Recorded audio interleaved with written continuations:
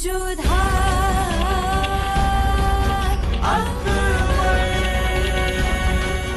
ये धारावाहिक किसी प्रकार की ऐतिहासिकता का दावा नहीं करता। तत्कालीन परिस्थितियों को दर्शाने के लिए आवश्यक और उचित नाटकीय रूपांतर किए गए हैं। ऐतिहासिक रूप से जोधाबाई के स्थान पर हरकाबाई, हीर कुंवर जैसे नाम इतिहास में प्रचलित हैं। ये धारावाहिक किसी भी सामाजिक परंपरा और पारिवारिक संबंधों का ऐतिहासिक दावा नहीं करता है। इसका उद्देश्य किसी भी समुदाय की भावनाओं को ठेस पहुंचाना नहीं है।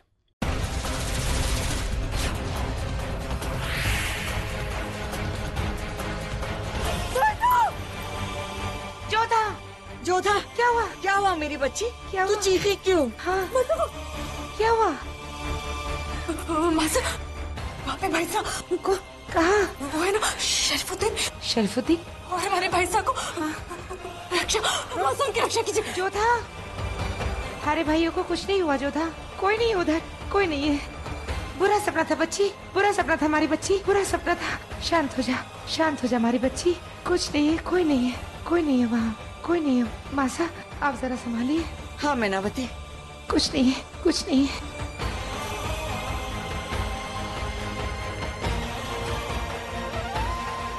जोधा मेरी बच्ची, घबरा मत, हम सब थारे साथ है ना। थारे भाइयों को कुछ नहीं होगा, कुछ नहीं होगा, कुछ नहीं होगा मेरी बच्ची, कुछ नहीं होगा, घबरा मत। ये भय केवल जोधा के मन में नहीं है, सबके मन में बस चुका है कि कब मुगल किसके भाई, किसके पति या किसके बेटों का सर काटकर आमिर के चौखट पे डाल जाएंगे। कब तक महाराज, कब तक सहेंगे हम? कब तक अपने आप को और दूसरों को झूठी तसल्ली देंगे हम? कब तक अपने लोगों का साहस बढ़ाएंगे हम?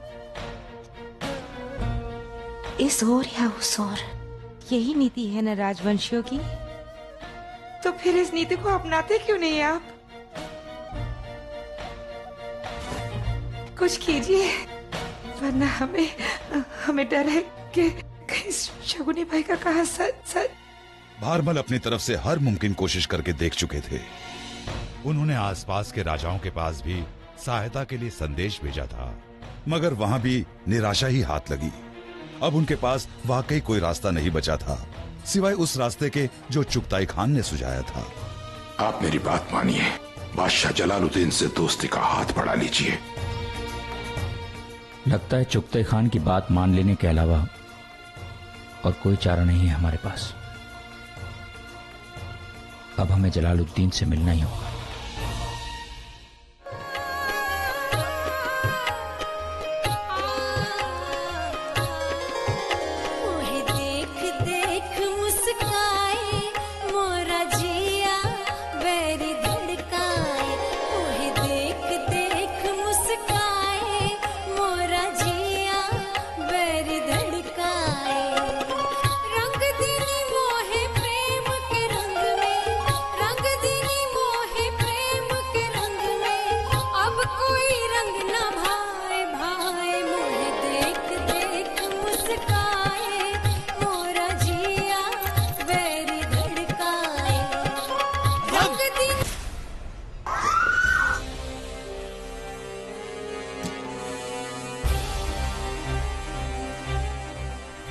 जलाल, आप मालवा की जीत की मुबारकबाद देने आए हमें कह देते, हम खुद चले आते। इंसान की बदनसीबी उसे बिना खबर दिए आती है आता। हम कुछ समझे नहीं, पर हम सब कुछ समझ चुके हैं। तुमने जो किया वो भी, और तुम्हारे साथ क्या सलूक किया जाए वो भी। जलाल, ये आप? तब हम जो तुमसे पूछेंगे उसका सच सच जवाब देना। क्या तुमने बच्चों, बूढ़ों और औरतों का कत्ल किया? कत्ल किया कि नहीं? हाथी जब चलते हैं उनके पैरों तले चींटियां कुचल जाती हैं, और जंग में जो भी सामने आता है उसे मार दिया जाता है। ये हमारा कायदा है। पर बच्चों, बूढ़ों और औरतों को मारना हमारा कायदा नहीं। और निहत्थे के गर्दन पर शमशीर रखना। भूलना बहुत बुरी बात होती है आदम। शायद तुम ये भूल गए हो कि हमने तुम्हें यहाँ किस काम के लिए भेजा था। भूल गए कि आगरा की इज्जत क्या है। भूल गए कि हमारा मजहब हमें क्या शरीयत देता है। और तुम शायद ये भूल गए कि तुम्हारे सामने तुम्हारा भाई नहीं, हिंदुस्तान का शहंशाह खड़ा है।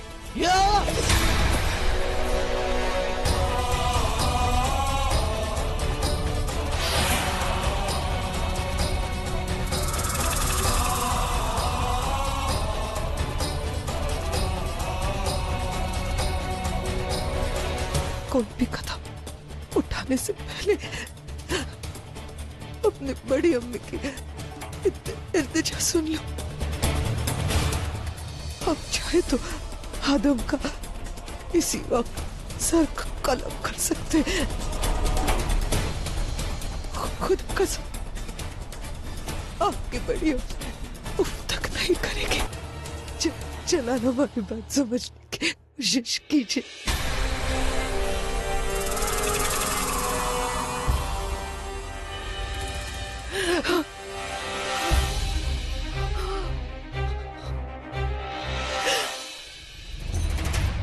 आप ये मत समझिए जलाल, हम आपको ये सब इसीलिए कह रहे हैं क्योंकि आदम हमारा बेटा है।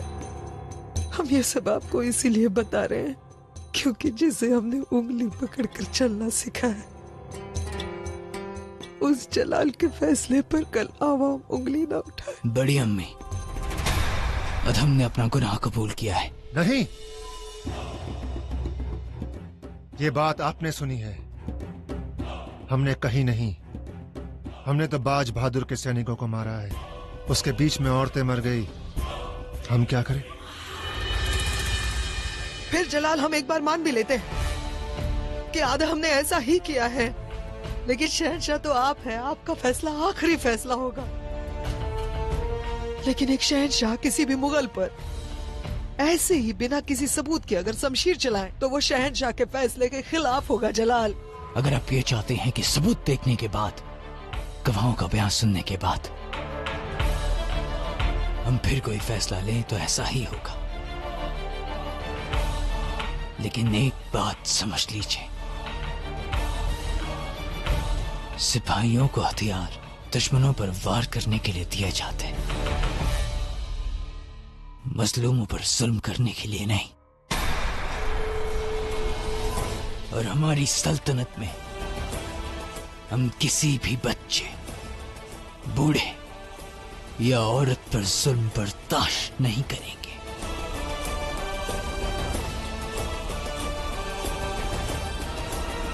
सल्तनत तो बहुत दूर की बात है, आपके हरम में क्या होता है उसके बारे में क्या कहेंगे आप? चुप करना मुराद, बस। जलाल, आदम के बेवकूफी भरे सवालों पर गौर न करे। बड़ी अम्मी, अगर सवाल पूछा गया है तो जवाब भी दिया जाएगा। हमारी हरम में जो औरतें लाई जाती हैं उन्हें जंग में जीता जाता है। उनके साथ किसी तरह की बदसलूकी नहीं की जाती, किसी किस्म की तकलीफ नहीं दी जाती उन्हें, उनके साथ कोई जोर जबरदस्ती नहीं की जाती, उनके कत्ल नहीं होते हैं आदम खान, इज्जत बख्शी जाती है उन्हें। जल्द से जल्द सबूत और गवाहों को पेश किया जाए।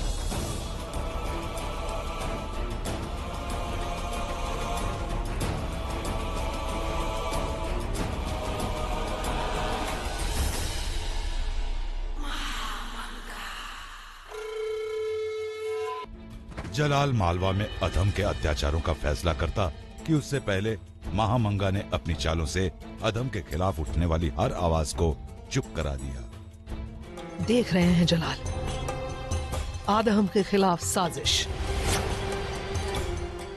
ये दोनों बेचारी हमारे पास आई थी आदम के हक में बयान देने के लिए। हमने ही इन दोनों को आपके पास भेजा था। रास्ते में पता नहीं आदम के किसी दुश्मन ने इनका कत्ल कर दिया। सबूत चाहिए था ना आपको जलाल? तो ये रहा सबूत, और ये है आदम खान। फैसला आपके हाथ में है। कोई भी फैसला लेने से पहले हम आपको याद दिला दे जलाल, कटे हुए सर बोला नहीं करते। आप जो भी फैसला ले जलाल, वो सर आंखों पर। क्या और कोई सबूत पेश किया जा सकता है जिससे कि यह साबित हो सके कि आदम खान गुनहगार है?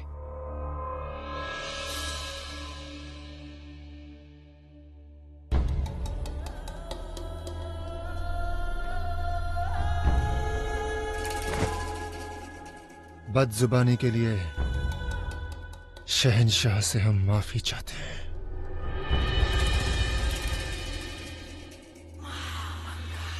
अगर इस बात का ख्याल ना होता कि दूध के रिश्ते से तुम हमारे भाई हो, अगर इस बात का ख्याल ना होता कि तुम्हारी अम्मी जान भी हमारी अम्मी जान है, अगर ये सबूत तुम्हारे हक में ना होते तो अल्लाह कसम यहां तीसरी लाश तुम्हारी होती।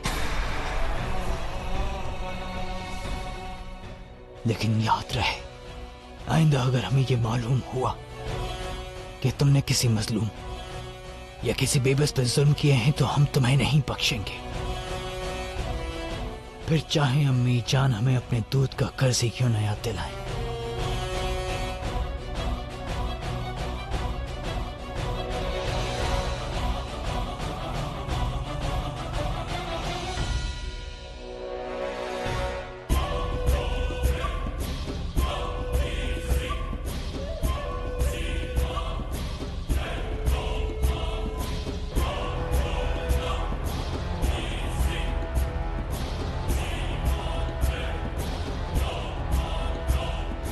तुम दोनों में से किसने देखा आदम को औरतों का कत्ल करते हुए?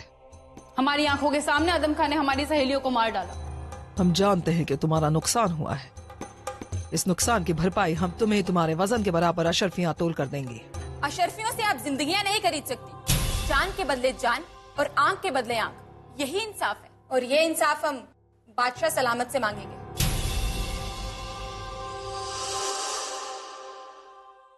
हमें तुम्हारी ये बात पसंद आई। आंख के बदले आंख और जिंदगी के बदले जिंदगी, यही चाहती हो ना तुम? बस यही होगा। अब मेरे बेटे की जिंदगी के बदले में तुम दोनों कीमत चुकाओगे अपनी जिंदगी देकर।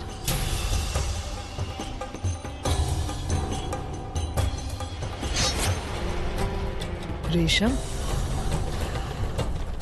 इन बेगुनाहों को इज्जत के साथ दफनाया जाए।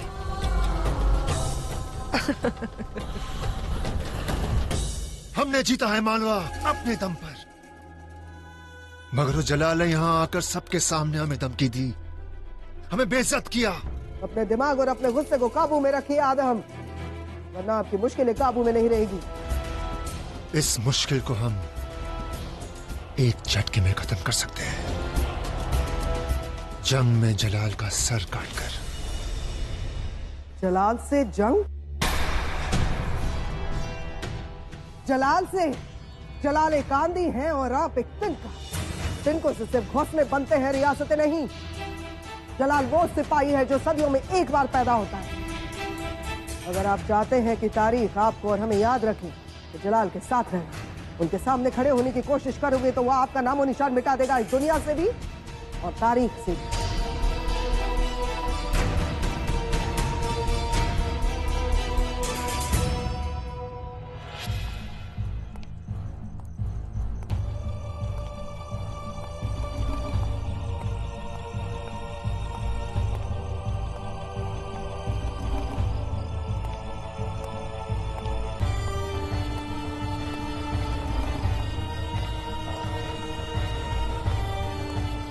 अस्सलाम वालेकुम।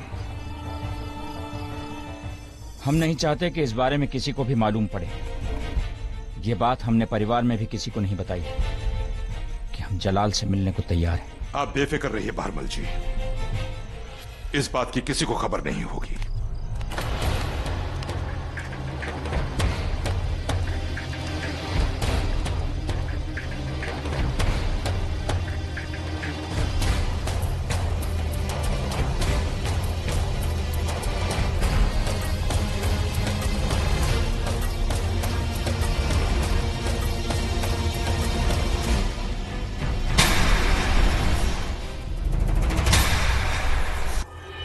जोधा, वो हम किसी काम से।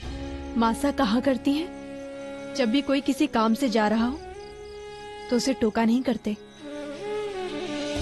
कोई प्रश्न नहीं पूछा करते। इसलिए हम भी आपसे कोई प्रश्न नहीं पूछेंगे बापू साहब, पर एक बात अवश्य कहना चाहेंगे। सबको यही पता है कि हमारे तीनों भाई साहब मुगलों के यहाँ पर बंदी हैं, पर एक राजकुमारी होने के नाते हमारे केवल 3 भाई नहीं बल्कि कई सैनिक भी वहाँ पर बंदी हैं। इसलिए हमारी आपसे एक ही विनती है बापू साहब, आप जो भी निर्णय लें पहले एक राजा बनके बाद में पिता बनकर ले। पहले अपने राज्य के बारे में सोचें, बाद में हमारे बारे में।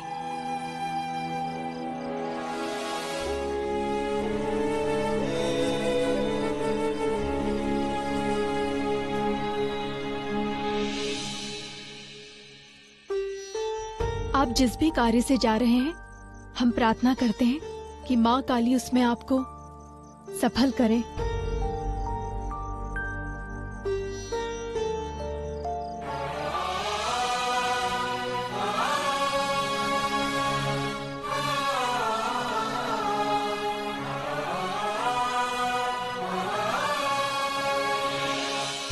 सुभान अल्लाह, आपकी बेटी बहादुर होने के साथ साथ समझदार भी है।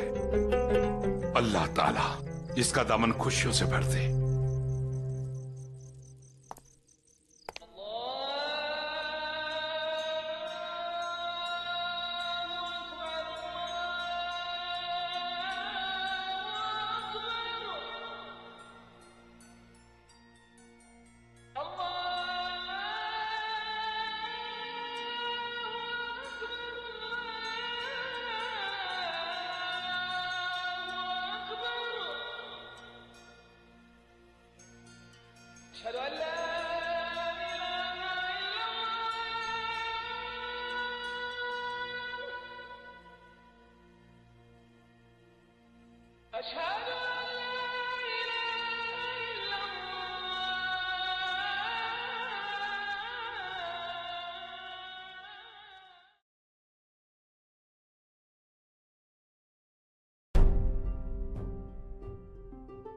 अस्सलाम वालेकुम अम्मी जान।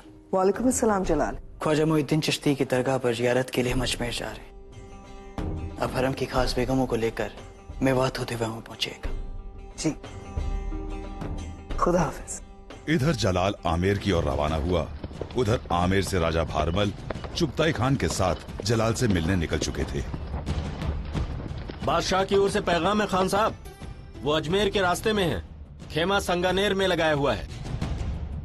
भारमल जी, लगता है वक्त हमारे साथ है। हम आगरा जा रहे थे और शहंशाह खुद आमेर की ओर पहुंच चुके हैं।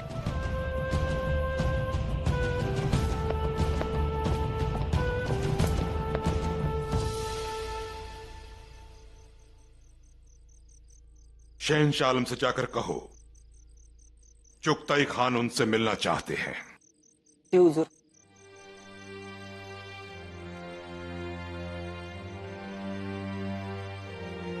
शहंशाह का इकबाल बुलंद हो, सरदार चुगताई खान मुलाकात की इजाजत चाहते हैं। इजाजत है।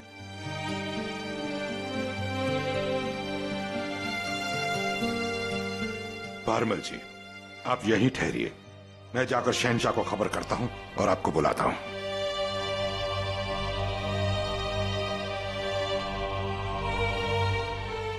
आदाब शहंशाह।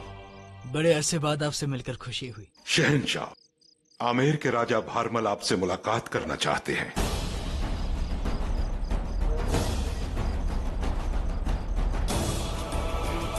इसका दंड केवल मृत्यु है। इसका सर काटकर मुगल सल्तनत को भेज दिया जाए। किस मसले पर?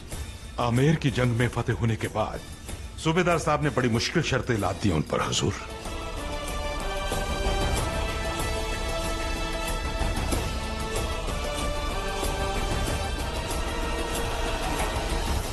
और इसी मसले पर हुजूर वो आपसे मसलत करना चाहते हैं। उन्हें पेश किया जाए। जी हुजूर।